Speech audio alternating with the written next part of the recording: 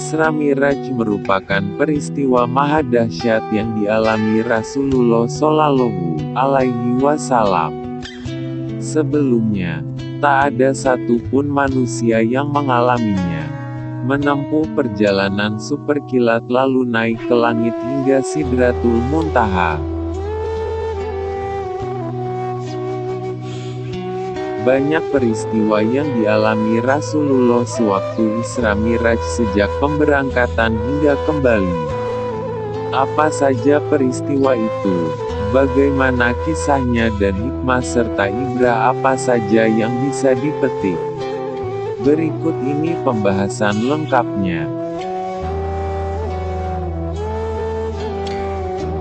Syekh Wahbah Az-Zuhaili dalam tafsir Al-Munir menjelaskan, Isra atau Sarah artinya adalah perjalanan di malam hari.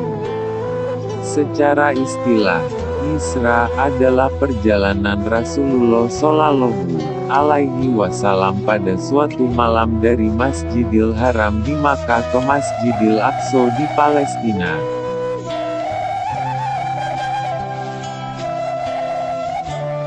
Miraj secara bahasa artinya adalah naik.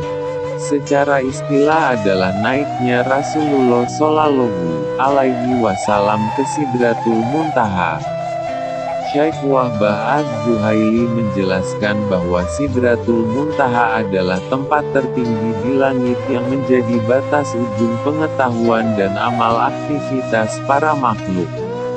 Tidak seorang makhluk pun mengetahui apa yang ada di belakangnya.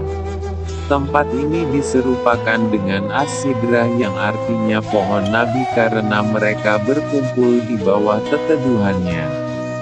Di dekat Sidratul Muntaha ada surga Al-Mawa yakni tempat tinggal arwah orang-orang mukmin yang bertakwa, terang Syekh Wahbah Az-Zuhaili. Isra Miraj sebagai tasliyah.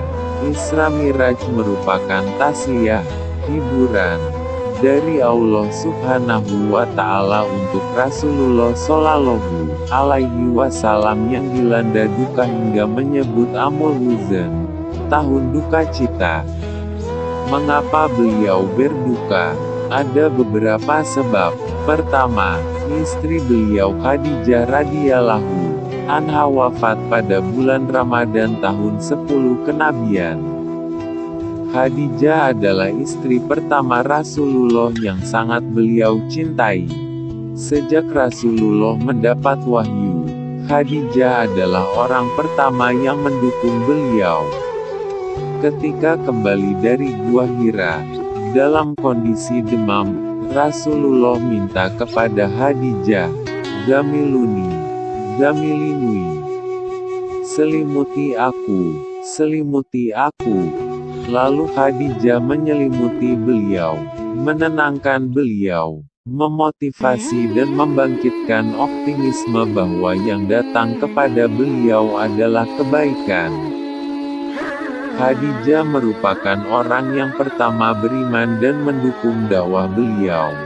Saat Rasulullah membutuhkan dana untuk dakwahnya entah memerdekakan budak, membantu fakir miskin atau keperluan lainnya, Khadijah yang mensupport beliau dengan hartanya. Khadijah pula yang memberi beliau keturunan termasuk Fatimah. Khadijah pula yang dengan kedudukan mulianya melindungi Rasulullah. Maka wafatnya Khadijah merupakan duka tersendiri bagi Rasulullah. Bagaimana mungkin kehilangan pendamping hidup sejati dan pendukung dakwah hakiki bukan sebuah duka? Tak berselang lama setelah Khadijah wafat, paman beliau Abu Thalib juga wafat. Meskipun tidak mau masuk Islam, Abu Thalib adalah pembela sejati Rasulullah. Beliau yang senantiasa pasang badan saat orang-orang kafir Quraisy menyakiti Rasulullah atau hendak mencelakakannya. Sepeninggal Khadijah dan Abu Thalib, posisi Rasulullah semakin terjepit. Intimidasi kafir Quraisy semakin menjadi-jadi. Dakwah di Makkah serasa tidak lagi memiliki celah untuk bergerak. Namun Rasulullah tak mau berdiam diri. Dakwah di Mekah dibatasi. Beliau pun berupaya dakwah keluar Mekah. Beliau pergi ke Taif dengan harapan di sepeninggal sana dakwah diterima. Namun apa yang terjadi?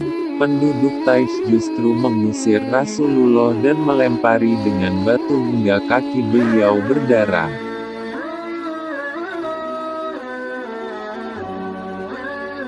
Setelah mengalami amul huzn inilah Allah Subhanahu wa Ta'ala mengisrakan Rasulullah Shallallahu Alaihi Wasallam.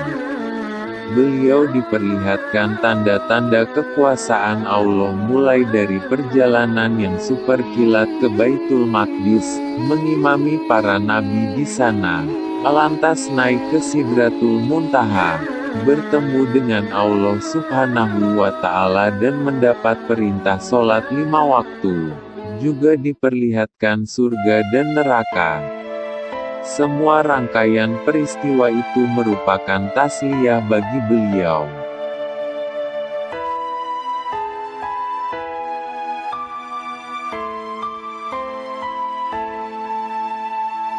Kisah lengkap Isra Miraj. Usai salat Isya dan beristirahat sejenak, Rasulullah Shallallahu Alaihi Wasallam yang saat itu berbaring di Masjidil Haram didatangi malaikat Jibril. Dada beliau dibelah, lalu hatiku dikeluarkan dan dicuci dengan air Zam-Zam kemudian dikembalikan ke tempatnya dan memenuhinya dengan iman dan hikmah. Sabda beliau dalam riwayat Imam Bukhari dari Malik bin Sosa'ah.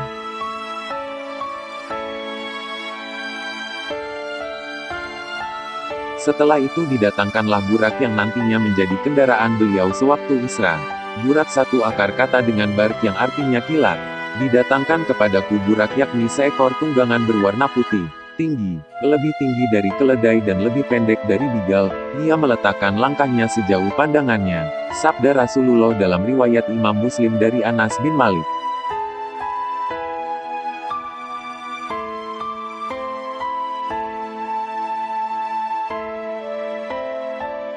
Setiba di Masjidil Aqsa, beliau salat 2 rakaat, mengimami para nabi. Usai salat dan keluar dari Masjid Al-Aqsa, malaikat Jibril datang membawa 2 wadah minuman. Satu berisi susu dan satu lagi khamar. Rasulullah pun memilih susu. Sungguh engkau telah memilih kesucian, kata Jibril dalam lanjutan hadits tersebut. Miraj pun dimulai. Rasulullah naik burak bersama Jibril hingga tiba di langit pertama. Mari kita simak kisah beliau dalam hadits yang panjang, kelanjutan dari hadits Sahih Bukhari dari Malik bin Sosa'ah di atas.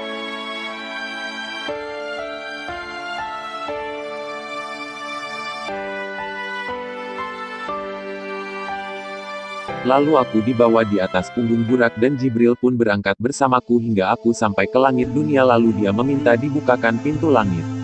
Dia ditanya, siapakah ini? Ia menjawab, Jibril. Jibril ditanya lagi, siapakah yang bersamamu? Jibril menjawab, Muhammad. Apakah dia telah diutus? Dia telah diutus. Kami pun dibukakan pintu, lalu aku bertemu Nabi Adam alaihi salam.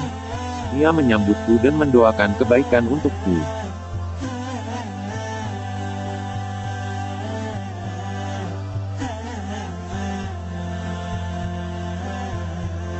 Tersebut naik bersama kami ke langit kedua. Maka Jibril minta dibukakan pintu. Siapakah ini? Jibril. Siapakah yang bersamamu? Muhammad. Apakah dia telah diutus kepadanya?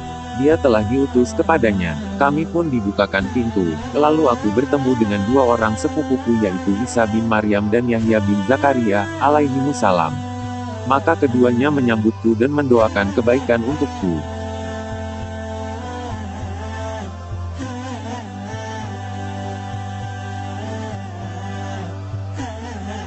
Kemudian burak tersebut naik bersama kami ke langit ketiga. Maka Jibril minta dibukakan pintu. Siapakah ini? Jibril. Siapakah yang bersamamu? Muhammad. Apakah dia telah diutus kepadanya?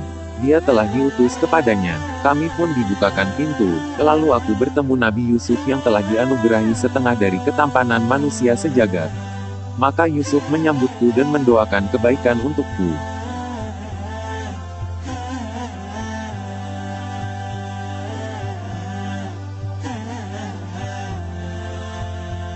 Kemudian burak tersebut naik bersama kami ke langit keempat. Maka Jibril minta dibukakan pintu. Siapakah ini? Jibril. Siapakah yang bersamamu? Muhammad. Apakah dia telah diutus kepadanya? Dia telah diutus kepadanya. Kami pun dibukakan pintu. Lalu aku bertemu Nabi Idris alaihi salam. Ia menyambutku dan mendoakan kebaikan untukku. Allah telah berfirman untuknya, dan kami telah mengangkatnya ke tempat yang tinggi.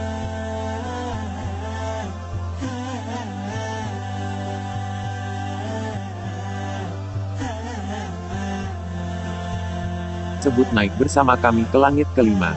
Maka Jibril minta dibukakan pintu. Siapakah ini? Jibril. Siapakah yang bersamamu? Muhammad. Apakah dia telah diutus kepadanya?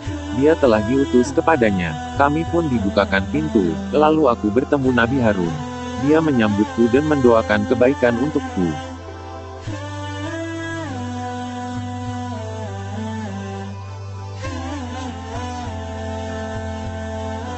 Kemudian burak tersebut naik bersama kami ke langit ke-6.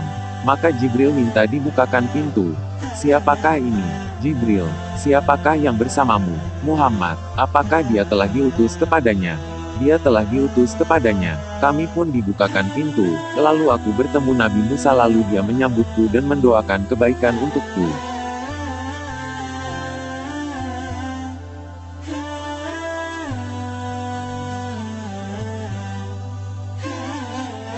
Kemudian burak tersebut naik bersama kami ke langit ke-7. Maka Jibril minta dibukakan pintu. Siapakah ini? Jibril. Siapakah yang bersamamu? Muhammad. Apakah dia telah diutus kepadanya? Dia telah diutus kepadanya. Kami pun dibukakan pintu. Lalu aku bertemu dengan Nabi Ibrahim alaihi salam yang sedang menyandarkan punggungnya di Baitul Makmur. Di mana tempat itu setiap harinya dimasuki oleh 70.000 malaikat dan mereka tidak kembali lagi sesudahnya.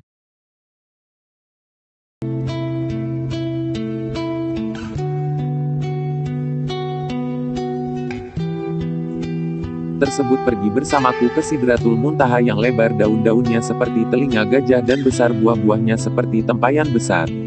Tatkala perintah Allah memenuhi Sidratul Muntaha berubah dan tidak ada seorang pun dari makhluk Allah yang bisa menjelaskan sifat-sifat Sidratul Muntaha karena keindahannya. Maka Allah memberiku wahyu dan mewajibkan kepadaku sholat 50 kali dalam sehari semalam.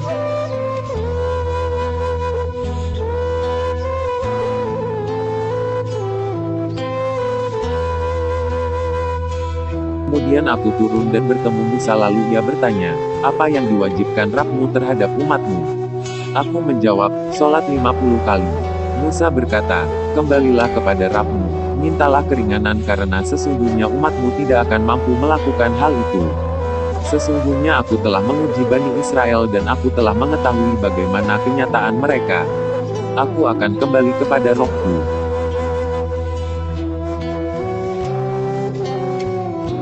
Lalu aku memohon, ya Rab, berilah keringanan kepada umatku. Aku diberi keringanan 5 sholat. Lalu aku kembali kepada Musa alaihi salam. Aku berkata kepadanya, Allah telah memberikan keringanan 5 kali. Musa mengatakan, sesungguhnya umatmu tidak akan mampu melakukan hal itu, maka kembalilah kepada Rabbmu dan minta keringanan.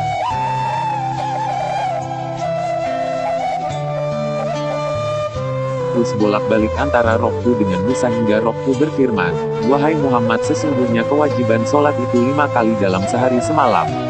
Setiap sholat mendapat pahala 10 kali lipat, maka 5 kali sholat sama dengan 50 kali sholat. Barang siapa berniat melakukan satu kebaikan yang dia tidak melaksanakannya, maka dicatat untuknya satu kebaikan. Dan jika ia melaksanakannya, maka dicatat untuknya 10 kebaikan. Barang siapa berniat melakukan satu kejelekan namun dia tidak melaksanakannya, maka kejelekan tersebut tidak dicatat sama sekali. Dan jika ia melakukannya, maka dicatat sebagai satu kejelekan.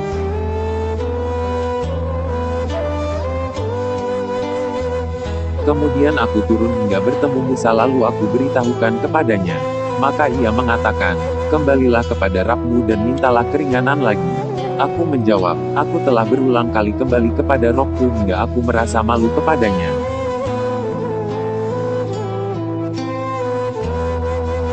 Setelah Nabi Muhammad kembali turun ke bumi, maka perintah salat 5 waktu dalam sehari menjadi kewajiban bagi setiap muslim untuk dilaksanakan.